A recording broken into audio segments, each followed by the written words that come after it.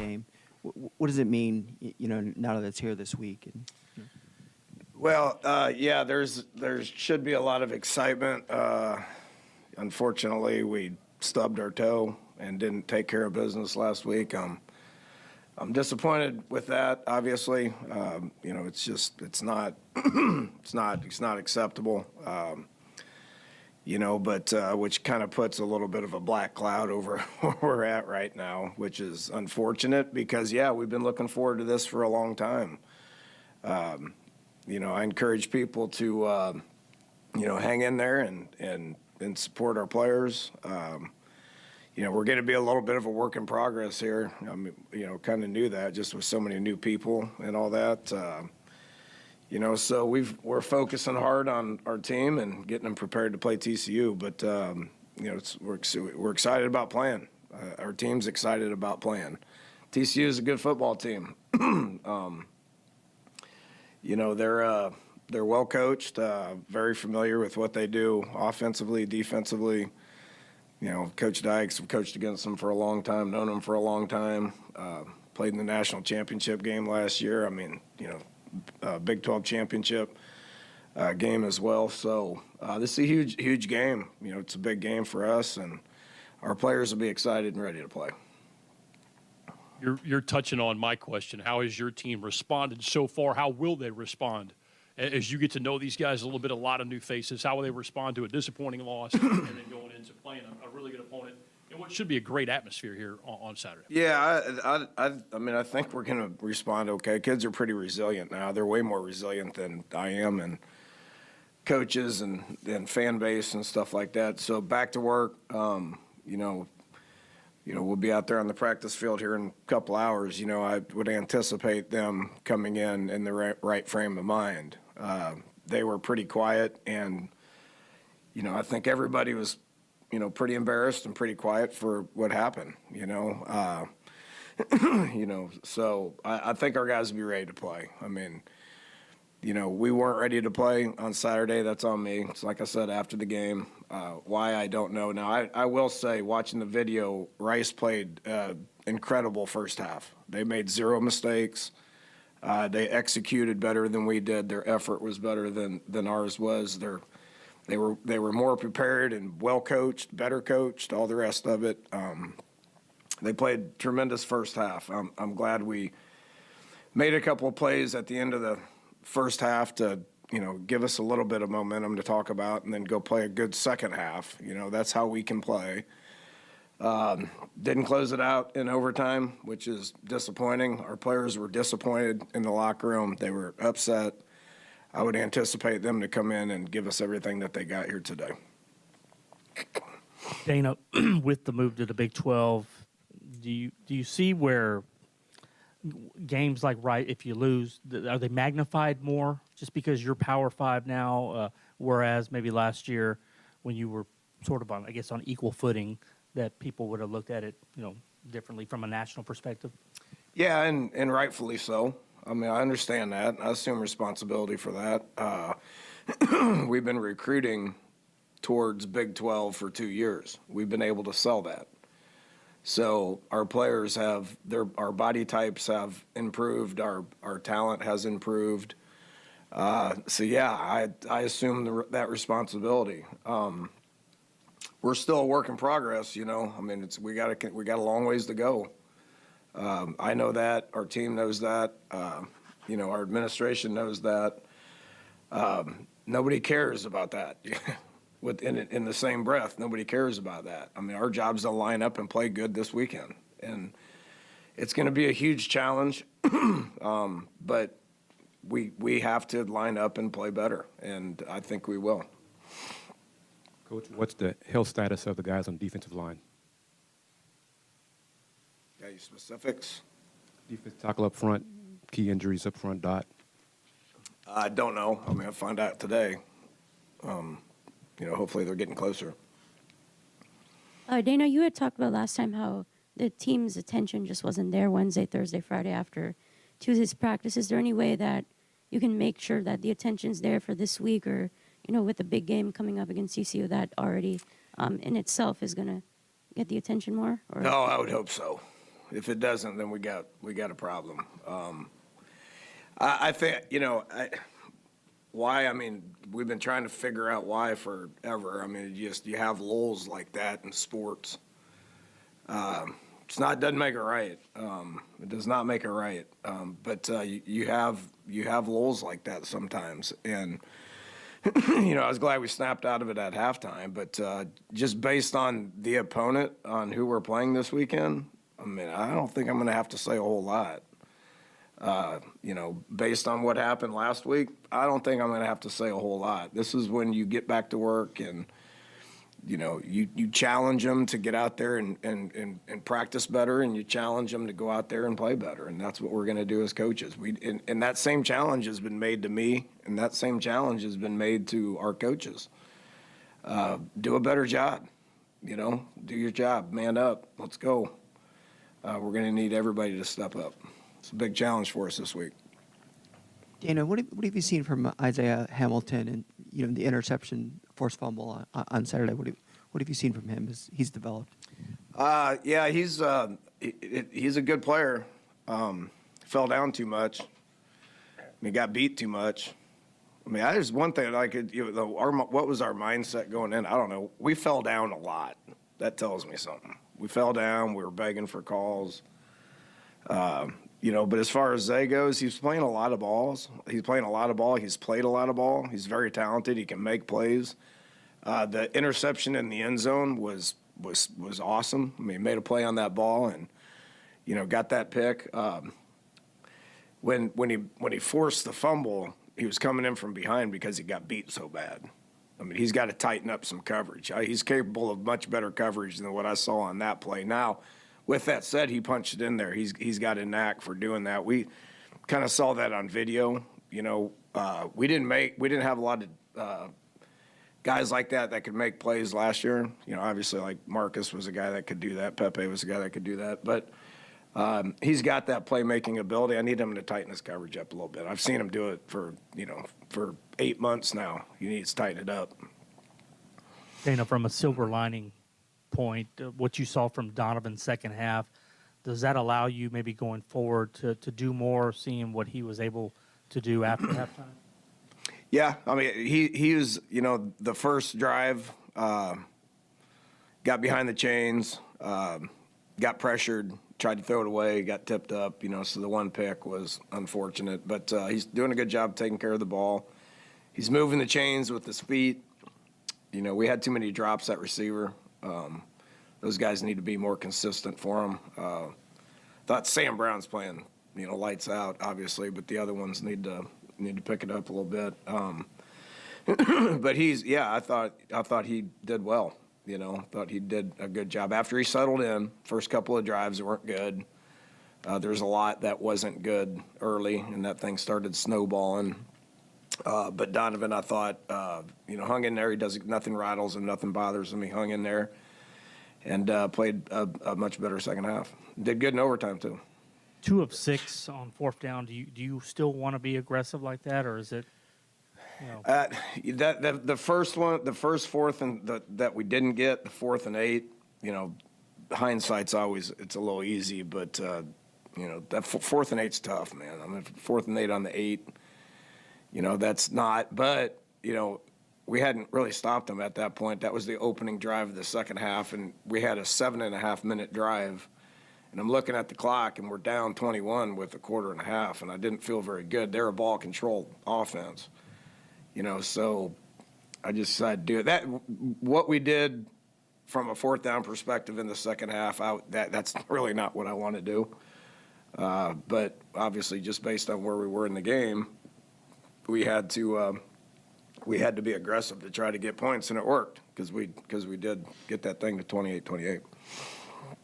You had said the offense, Rice played really well in the first half, but the offense in general, I think, maybe a little bit of a slower start in the first quarter. Is there like a way to maybe up the tempo and maybe use Donovan and read option, maybe use his legs a little bit more at all?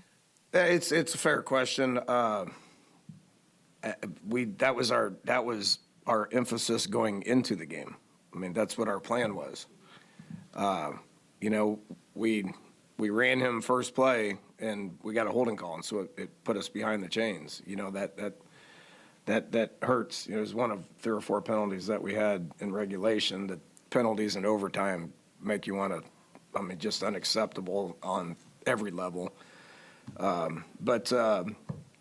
Yeah, I mean, we need to do a better job of starting fast. That's 2 games in a row that we didn't start fast. It was my emphasis last week. I'm going to emphasize it again this week. Did team captains step up yesterday, talk to the team, or was it just unnecessary? Oh, I mean, I think we have good team captains and team leadership. We don't have a team meeting on Sunday. That happens here at 1:15 today. You know, I'm comfortable with those guys and their leadership and what they say and what they say in the locker room, and I'm you know, comfortable with what they say if they want to say it. And you said a challenge has been made to you and the coaching staff. Is that coming from leadership? AD? That's coming from within. That's coming from me. I mean, that's coming from me. I understand your question, but that's coming from me. I mean, I questioned myself and what we did all week. You know, I challenged everybody at halftime. You know, I thought we played better. Challenged them again after the game. I challenged our staff yesterday in a meeting. We need to improve. Be the first to admit it. That's part of my question, Coach. What changed at halftime? Was it just mentally focused, locked in, anything different schematically for the second half? Well, we stopped the snowball effect, one, right? So we did that with play. Our 4th drive offensively, we took it down and scored, and then we got a turnover. So we stopped the snowball, and then we paused for 20 minutes, and I challenged them. I can't tell you what I said, but I challenged them. And they responded. They came out, and we played better in the 3rd and 4th quarter. Dana, Case Keenum is going to be, you know, going to the Hall of Honor for the school. From your time with him, what is it about him that, you know, the traits that made him special? Man, where do I start? Special young man, special family. You know, when we did the quarterback thing this summer, you know, his dad was down, his high school coach was down, and went over there and hung out with him and the quarterbacks and stuff. He's just an awesome family guy. He's competitive, coach's kid. Called him Coach Keenum for a long time. You know, always thought he's going to be a coach, probably still will be. You know, but just a tremendous competitor. You know, never was the biggest guy or any of that. You know, that he came out when quarterbacks like him, air raid guys like him really weren't getting drafted. That changed over the course of time, you know, and you know how he plays is impressive. He's hung in there for what, 12 years now? I mean, it's unbelievable. So obviously his time here at Houston was remarkable. The stats, the wins, the legacy that he has here is remarkable. He's as good as he is, you know, on the football field. He's better off the field. He's just a tremendous asset for the University of Houston. Loves the University of Houston. Loves being around here. It's awesome that he's, you know, with the Texans right now because it's easier for him and his family to be together. You know, so just a great player, but a better person, and just a solid representative of the University of Houston. Dana, we were able to talk to your players before the season. They all emphasized, you know, the move to the Big 12 is a move up in weight class, line of scrimmage, and we're very hopeful on both sides of the ball that you guys. Where are you? Do you feel like on both sides of the line heading into this Big 12 debut? I'm anxious to watch it. They're big. They're big. Body types are big. Now their O-line is big. They haven't given up a sack. They have only had 3 TFLs, I believe, in 2 games. And they run the ball a lot. You know, D-line. You know, they're stout. You know, so their body types are Big 12 body types. You know, I'm anxious to see how we stack up. You know. Last year against Texas Tech, it was the same kind of question mark. How are we going to stack up? I thought from a front perspective, O-line, D-line, we held our own, and we did pretty good. You know, so, you know, I think we're going to be up for the challenge, not only the line of scrimmage challenge, but just overall in general, let's put the ball down. Let's play. I think we will do a good job of hanging in there. We got to have the right mindset all week. We got to be ready to play. I think we will. Follow up to that on Saturday, the offensive line. Was there a switch? I mean, you've rotated guys more than the opener, but on the right side, Peyton Dunn. Yeah, Peyton Dunn got some snaps. Is that just? I mean, is that still Well, also a work in progress? Yeah, all those backups are inexperienced guys. New. Peyton Dunn's new. Shamar, the right tackle's new. David, the left tackle's new. Max has been dealing with a neck thing. Caden Bowie is cleared, and maybe he can get in the rotation. And Demetrius Hunter is young at center. It's just we're trying to develop depth, and so and Peyton's probably the one that's the furthest along, which is why he got the okay to be able to go in there. He got in on some jumbo packages in addition to just trying to get him a few extra snaps at guard. And on defense, as you move forward, with so many new guys, you said work in progress, and I know it's the entire team, but specifically on defense, are there things you can do, people you can move, or is it sort of you got to go right now with who you have and maybe wait for, I don't know if it's cavalry or not, but just in terms of how you address maybe some of the companies there so far? We got to play better. I mean, it's as simple as that. We got to play better. We got to tackle better. We got to run the ball better. We got to get off blocks. We got to tighten up some coverage things. So who we're playing is who we're playing. I mean, those guys are, the ones that we feel best about, and I don't think that's going to change. As guys, we play more people, and as guys, develop and stuff like that, maybe some other guys get some snaps. But, at the end of the day, we just got to tighten things up. Dana, did you want your guys to feel the excitement of this week? Do you like it more insular? How do you sort of approach it when there's a lot of, there's going to be a lot of stuff around the game, a lot of. I mean, you put your head down and you work. I mean, the festivities, the events, the the excitement. I mean, that's really awesome for the University of Houston. It's awesome for our students and our fan base. I mean, all that stuff's great, but coaches and players, they put their head down and they work. I mean, that's just the way it goes. We need to put our head down and go to work and focus on TCU and being as prepared as we possibly can to play a really, really good football team. And then we'll get to the game, and hopefully we can enjoy playing well. Coach, TCU is a pretty different team than the national championship run that they had last year. What do you think they do really good on that you're going to have to really focus on this week? Yeah, their defense is the same. Pretty familiar with it based on Coach Gillespie being the DC at Tulsa, so we've played against him for a couple years, so familiar with what they're doing defensively. And then Kendall Briles going there offensively is bringing what they did at Baylor for years, so coached against that for a long time.